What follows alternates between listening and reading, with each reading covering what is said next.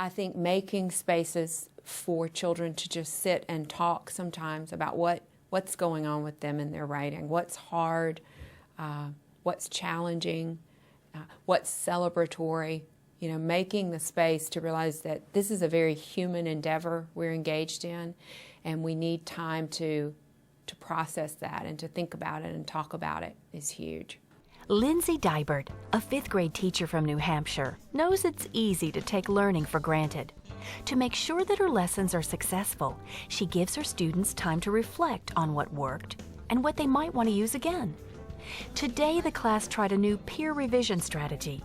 So Lindsay has set aside a few minutes at the end of the workshop for them to discuss the results. I think oftentimes we walk away from our writing too quickly, especially when we're teaching, that the students don't get a chance to sit back and see what they've learned or what they've used or what they've taken away from a lesson. I think sometimes we as teachers take it for granted that, yep, they tried it and they're done and, end of the lesson, let's move on to something else. But I think when you have the students reflect on what they took away from it and what they've learned from it, it sticks.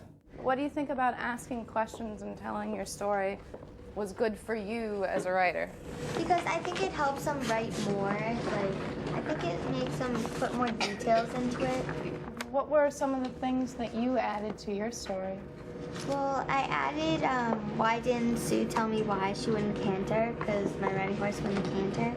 And I added, why was her name Dolly? And I added, how old was I when that happened? Did you put all of those answers in your story? So you thought those were important to have? Okay. Did anybody not answer all of the questions that their classmate asked? Or any question? Maybe not one question? Emily, you're a little hesitant. Why didn't you answer one of Stefan's questions? Because I thought it would probably make him want to read my story. So he would probably know, why were you afraid of the dark? You kind of let the reader keep wondering a little bit. Yeah. And it's okay, that was a choice that you needed to make as a writer. Thank you. And it's a hard decision to make, I find. Josh? I thought it was pretty good because you would be able to ask the questions asked of you that you wouldn't even think of without having to say it. Yeah, it's hard to reread your own writing and you think that it's okay since you wrote it. Yeah. Want to be, you think, of course it's perfect, I wrote it, but until you can have somebody else look at it with different eyes, it makes a difference. Shannon? Well, I think it really helped having someone read it because, when you tell it, you would add things like, you wouldn't say how you wrote it because you can't memorize your whole story, but you would add some things if you notice oh, that doesn't make sense, I think I need to. So telling your story was different than reading your story? Yeah, you would give more description when you just told it. Because when you write something and you're reading it, you know what it's supposed to say, so you say it that way. So I think telling it works better than just reading it. Now, all of these different techniques that we're going to be learning about, they don't all work for every single person. Is there any way you think we should change this talking revision?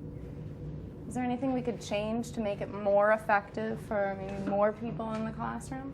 Josh? I think we should be able to read from a story that we typed up because then you change it because you know more here than you will in your mind about the story, and you could find more mistakes that you'd want to change. So you disagree with what Shannon would say, then that you did you not really add more when you were telling your story then? No. Okay, that's all right. So maybe our next step is to, make the revision changes and then maybe read it aloud. Maybe we should give that a try. Read it aloud to someone and see what they think. Great suggestion. We'll give that a shot. In Lindsay's classroom, the leisurely pace of the children's discussion suits its reflective purpose. In other instances, the purpose of student activities isn't so apparent. But even when children seem off task, they may be moving toward a resolution of some writing dilemma. That's why Mark Hansen, who teaches 3rd grade in Portland, Oregon, allows his students lots of freedom to talk and move around. He realizes they need that freedom to learn how to write independently.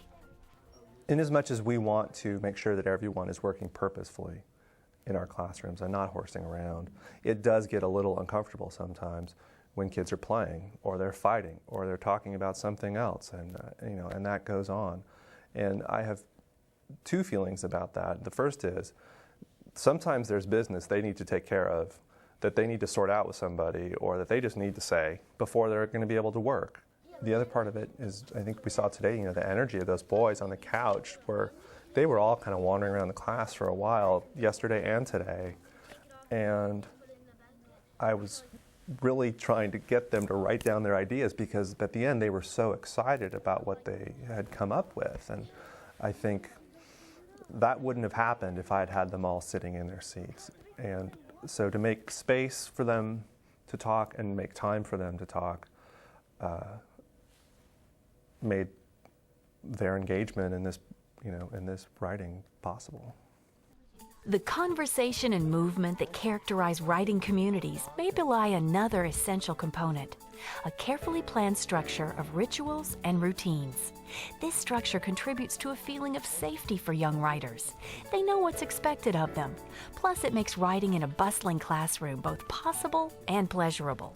Establishing some rituals for how we're going to be in this space together. Rituals for movement, rituals for conversation, rituals for read aloud, just establishing some ways to be, and not the teacher making up all those ways to be, the students helping to make some of those ways, like asking them, what do you think is a good way for us to get from the carpet to our seats? And what should we do about the students that need some quiet time in the middle of writing? And how do you let someone know that they're disturbing you, without being rude? And I think all of those things have to be talked about and then understood, as this is how we're going to be, having a way to be together in the classroom.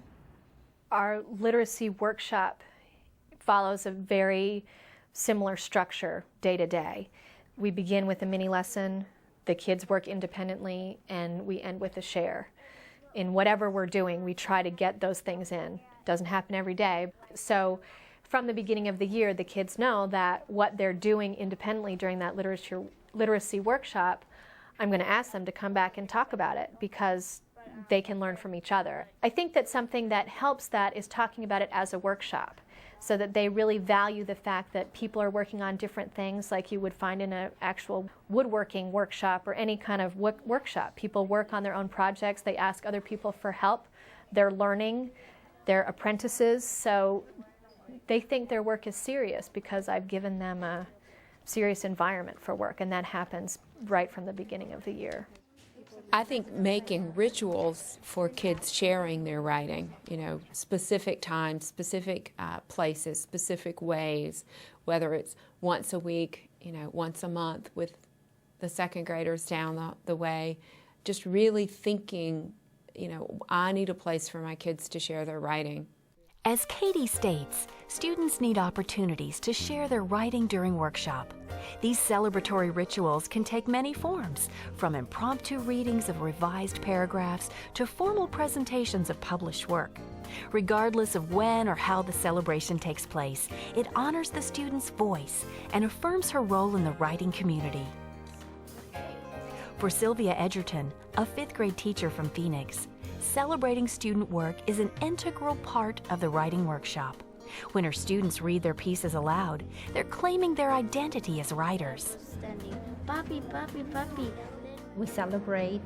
I think that we celebrate, their stories every day, and I think that's one of the things that I do well, is that those students that come into the classroom thinking that they're not writers, within a few weeks, they do. They feel that they are writers, and it's not necessarily telling them you're a writer.